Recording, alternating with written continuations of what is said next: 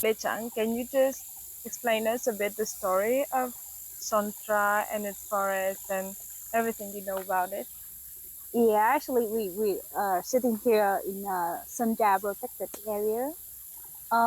So it is a nature reserve. So we have more than 366 species of animals here.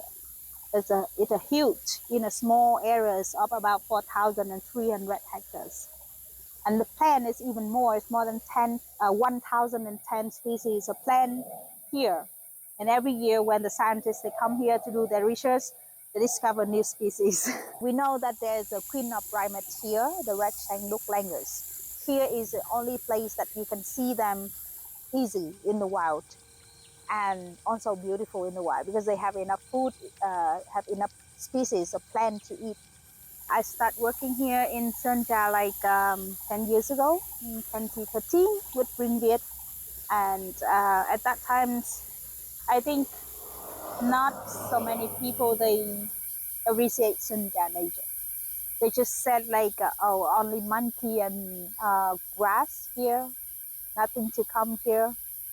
And actually, we know that yeah, Vietnamese people we don't really have the habit to go to the nature or appreciate nature. Um, but for a treasure like sunrise, it's really like underestimate.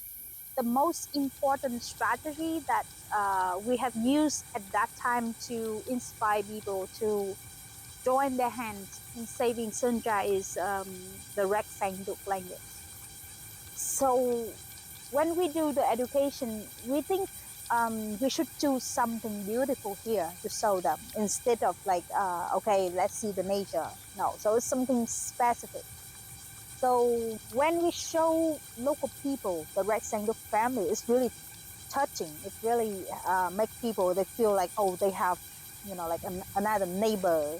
The huge crisis happened in 2017. So we have been not knowing at that time that there some kind of decision had been made and the protected areas had been turned to three different kinds of land.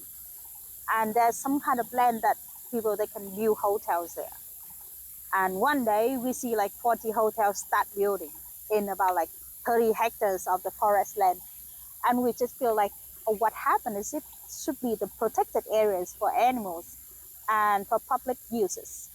When the building happened in Sunda, and the message that we sent to people in Danang is that like, if we lose Sunda, if Sunda will last because of the building, the rectangle there will be nowhere to go.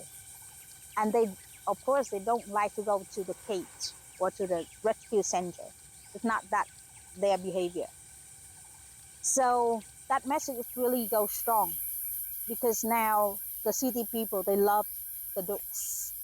They love to see the family. They love to see the baby of the ducks, and they love to see like how is the duck they grow up and they separate from another family and they form their own family.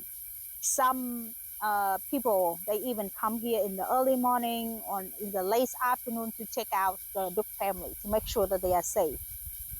So at that time when when the building happens, people they just want to keep the same nature areas for the ducks. They don't want to lose any, like hectares for the buildings. We, as the scientists in Greenviet, we start gathering people from scientists, artists, photographers, and also from the government and also the business to organize the meetings and to discuss about like what should we do to save Sunda for the ducks.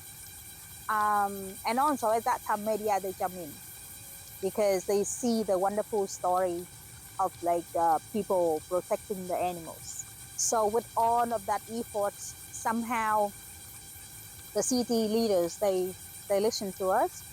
They start using the icon of the dukes to be the logo of the biodiversity of the city. Um, they use the icon of the duke to be like the gifts to foreigners get to the city.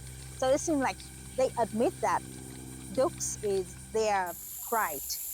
After, I remember after about 2 years, talking about Sơn Trà through workshops, conference, meetings, and even there are some important people that bring Sơn Trà story to the government meetings to talk to the prime minister or to the vice president of the country. So the government they sent an inspection team to Sơn Trà, and since 2018, the building in Sơn Trà had been pausing, had been stopped, and luckily until now we still can have this beautiful nature reserve for us to see. Since 2017, 3 years later, the land for the protected areas had been raising.